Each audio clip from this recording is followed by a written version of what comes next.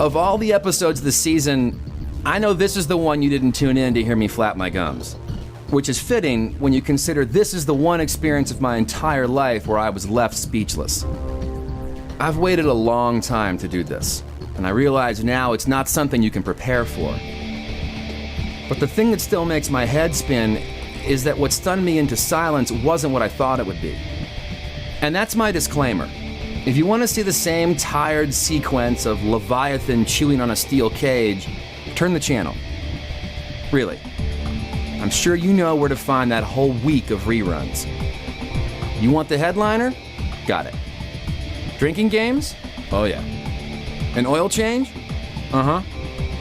A lesson in maritime law? I don't know. What do you say, Captain? If I get housed and go over the side, it's really still your fault. I still can, in essence, for my own bad decisions, blame Canada. My name is Aaron Falls. I'm a diver, a divulger, an indulger, and I'm going into the drink.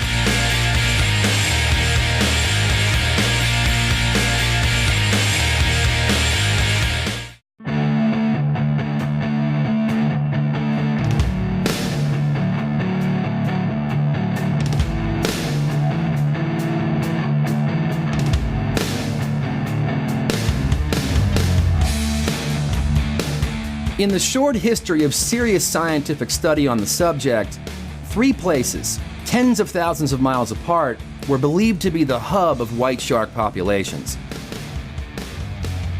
South Africa, South Australia, and the Farallon Islands off the coast of Northern California.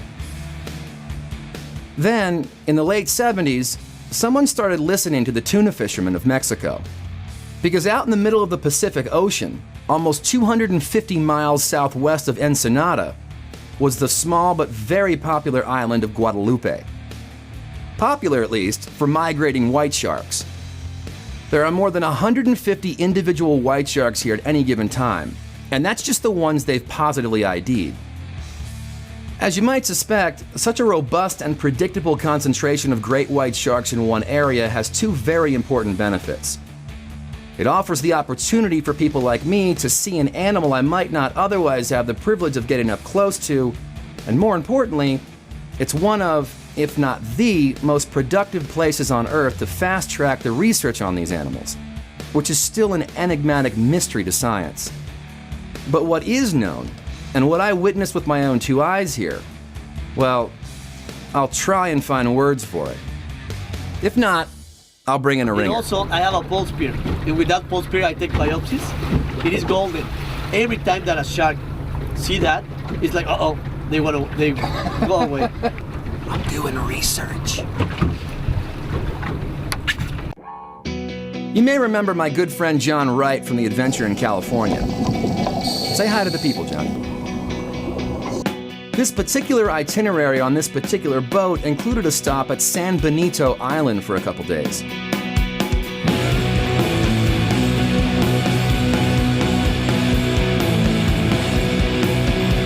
This place has, without question, the most incredible kelp forest I have ever seen. I don't want to discount the experience in Guadalupe before you even see it, but something just as powerful happened here.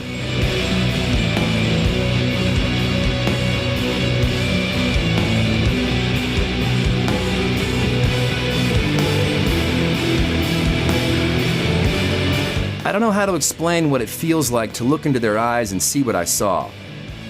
They're not trained to fear humans. There was no threat in my presence. Just a look of, who are you? What are you? Before you think Johnny and I have had too much of the tree-hugging Kool-Aid, let me give you the other side of the story. We also learned that some things in nature aren't unique to humans. Such as, if the males of the species think you're getting a little too familiar with his ladies, he will let you know. Bared teeth and all. And you know what? Fair enough.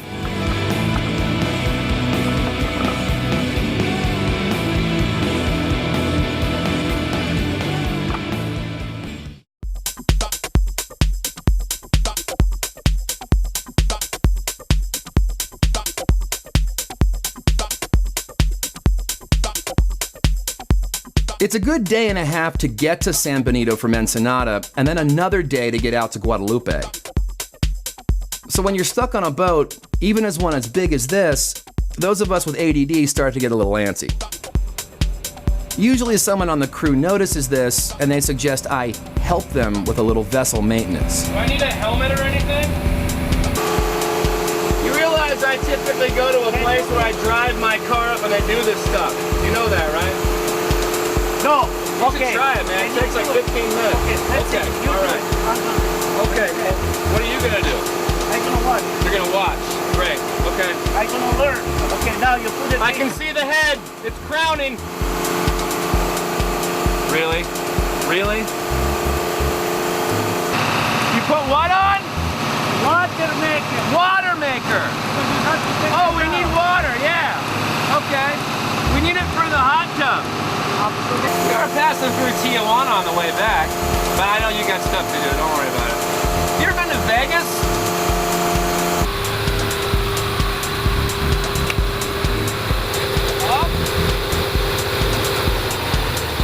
Ironic how the same techniques I use on my 7-year-old work on me, too. Now we do it. Good, huh? Okay, I'll go.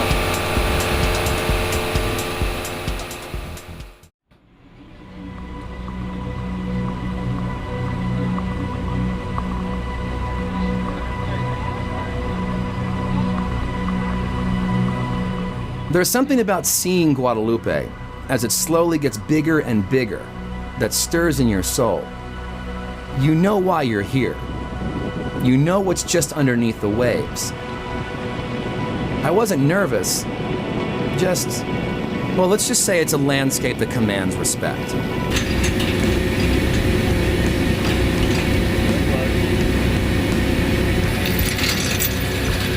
I don't want to oversimplify the cage diving process. Safety is so critical here, it doesn't warrant an explanation.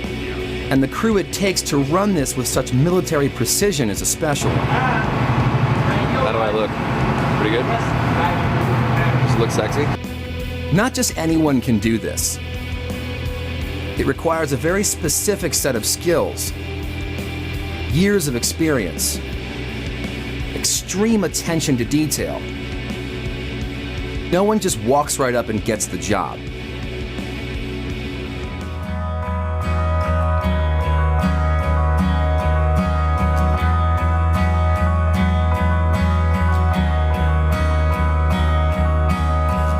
For the rest of my days, I am never going to be able to fully articulate this. I've played on stages in front of thousands of people. I've witnessed the birth of my child. But I have no emotional point of reference for how I felt when that first shark appeared out of the blue. Everything about me went still when I came out of the water. It was at least an hour before I could be around anyone else.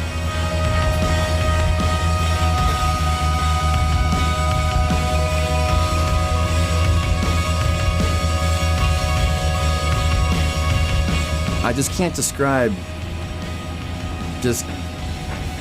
I just can't. And then something else happens. Awe turns into addiction, and you can't seem to get enough.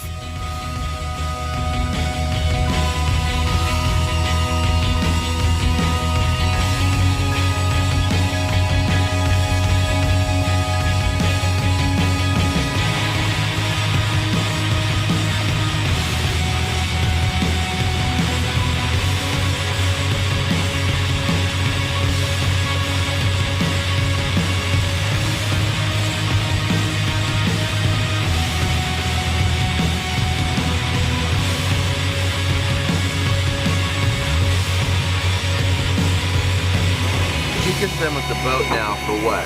2 days? Yeah, 2 days. She was around yesterday a little bit. So she's been here for 2 days, and her whole posture, everything has changed today. She's a lot more, I wouldn't say aggressive, but she's a lot more assertive about her movement. And she's been spending all this time posturing and defending this territory.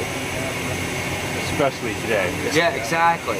Establishing this dominance over this territory, and not once has she gone for any one of the tuna. So Yeah. what What's is she she? excited about? Why does she want this area? What is she so bent on defending this for? If she's not taking anything. I think she's attracted to you. Most girls are, right? No, when they have shark brains, apparently. Yeah.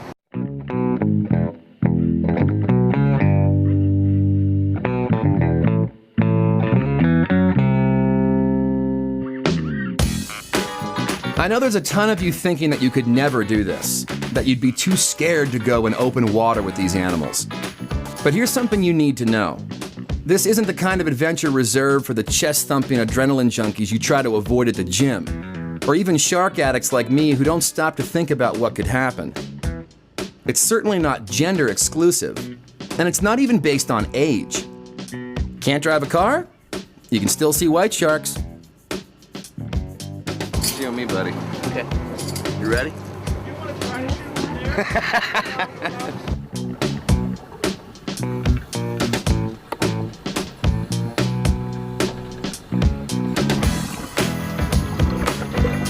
We talked about you guys upstage, me, remember? It's my show.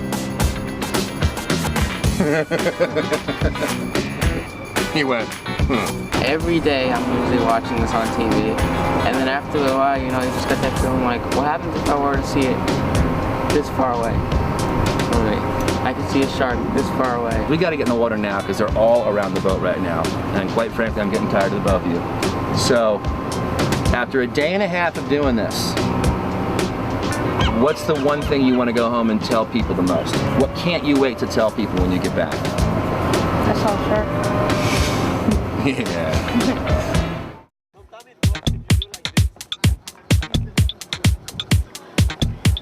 Mauricio Padilla might be one of the most extraordinary people I've ever met. In the doctoral phase of his academic career, he's been studying the white shark populations of Guadalupe for years. And given that he spends 6 or 7 months of every year out here, mostly by himself, he's got more direct experience with these animals than anyone else. Mauricio regularly visits the different boats that come to Guadalupe and gives a very detailed lecture about the ecology of white sharks. So how long have you been out here? Since 2003. I started in 2003. And you're out here for how long? From 3 months to 5 months each year. Today I counted 4 boats. Is this helping or hurting? I think that it's really good to have these kind of operations here because they change the perception of a lot of different persons. At the beginning they were like, oh Mauricio, I thought that the shark was going to feed on us and he was going to attack the bait. And suddenly they said, no, this is a beautiful creature and we have to conserve that animal. You can tell that they're thinking. When they go by these cages, they're not just swimming by idly. Like these are beings that are working things out. Exactly. You know? One day it was the same behavior. All the sharks were just looking at us, but they didn't take the bait. So it's not just the bait. I think that they are all also interested in the human visual. What is that? So they are like, and you can see the eye. You can see like when it's at the surface. The night he pulled his boat up to us, something very special happened. You are looking at the second recorded sighting ever of a whale shark at Guadalupe Island. Hi, buddy.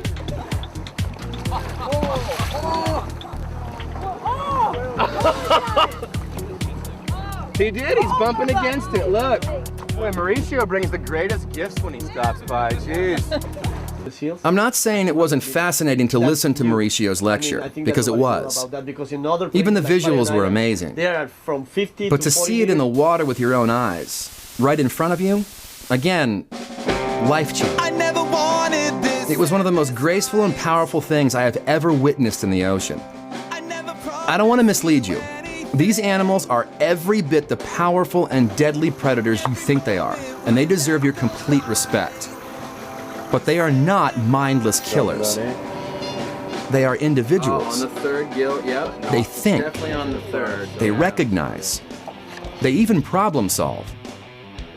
And most surprising of all, they have an incredibly complex social structure.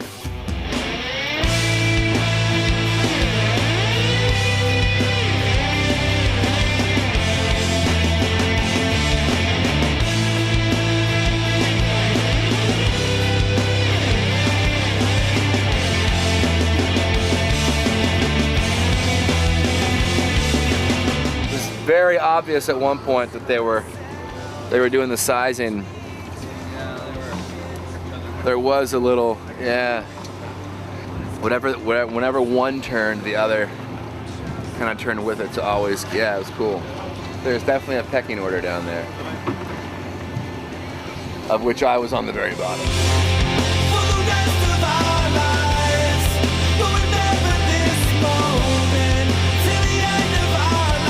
Everything Mauricio was talking about, we saw socially down there. Every single thing. Just the swirling next to each other. At one point there was 3. And one of them would dive, and the others would dive, and they all come back up. But there was like this like, what's up? What's up? All right, hey. What's up? It's all yours, man. What's up? Well, that's what I thought. I think Aaron should be very, very happy. He saw what he came to see. Big sharks. Sitting on top of the cage. Sucked. Trying to get eaten, I think. But all in good time. I just bashed my head against one of those ballasts. Oh man, I need some. You had this cartoon rolling eyes. I didn't know the birds could chirp and fly around your head in the ocean, apparently. Right. Yeah. It still works. Ooh. Nice shark.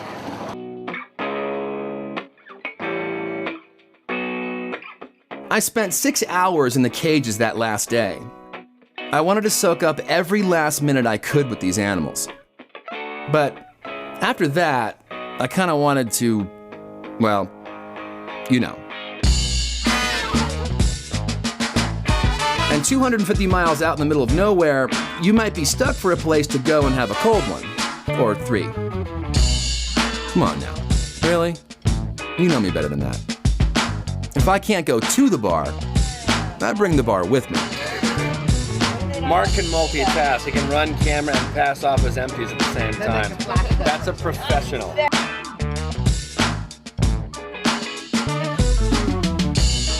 He got a 1-hour massage, and I tell you, it was probably the best massage he'd gotten in ages. That's true. Yeah. It was just, and I woke up just in time for the lamb, which I did not have. He was giving me both.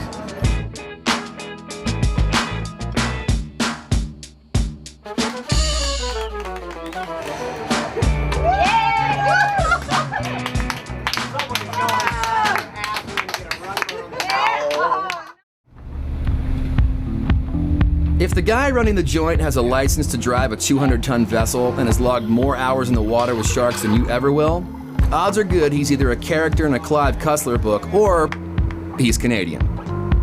Meet Gordon Kipp, master and commander of our lovely vessel, and the guy never too busy to take me down to the action or answer a few questions about maritime law. If I get housed and go over the side, it's really still your fault. I still can, in essence, for my own bad decisions, blame Canada. And you're cool with that responsibility? The job is that cool that you are willing to take that responsibility. The job is definitely that cool, yeah, for sure. I'll take that responsibility. Do you feel like the general, like the kind of person that comes out here probably doesn't roll that way? Until the film crew showed up, yeah. Most people that come out here, I'm not worried about that happening. A couple nights ago, I changed my opinion, but we attract a certain type of clientele, and some of us slip through the cracks. Of the time, sometimes the riffraff gets through, but sometimes we do. Adios. Good luck. Being stuck in a cage with Gordon and Aaron, better him than me.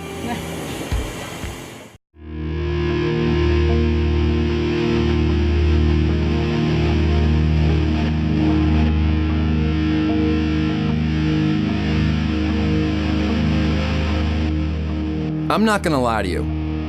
I want you to come away from this episode in awe. I want you to be amazed.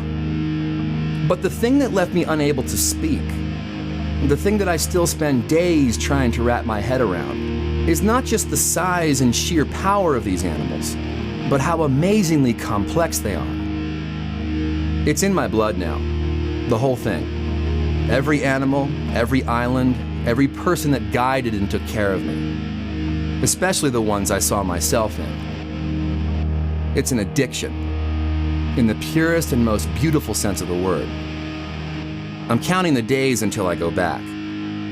Although, I'm not sure the crew is. I like them when they're underwater, got the regulator into the mouth, and it's nice and quiet on the boat.